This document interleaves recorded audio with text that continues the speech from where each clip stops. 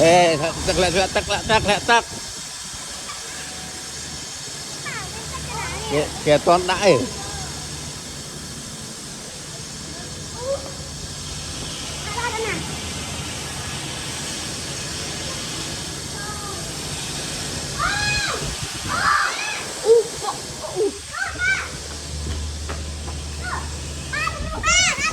ở đây cái đa mà chùm vậy là cho cái đâu thôi ô tới đâu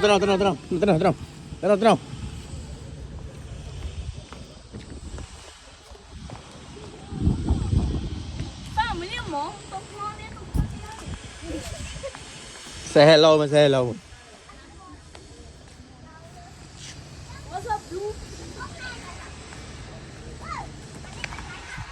ê cầm lăng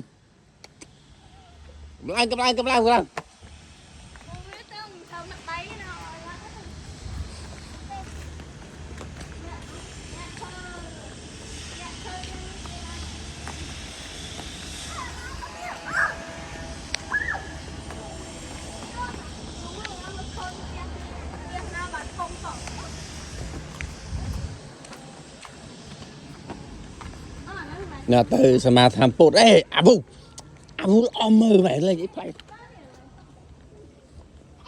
ui mò không thúm mà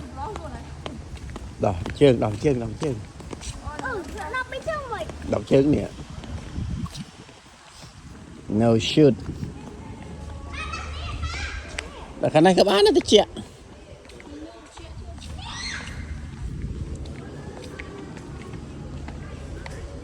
ô rồi nó mình phải hê cái tiền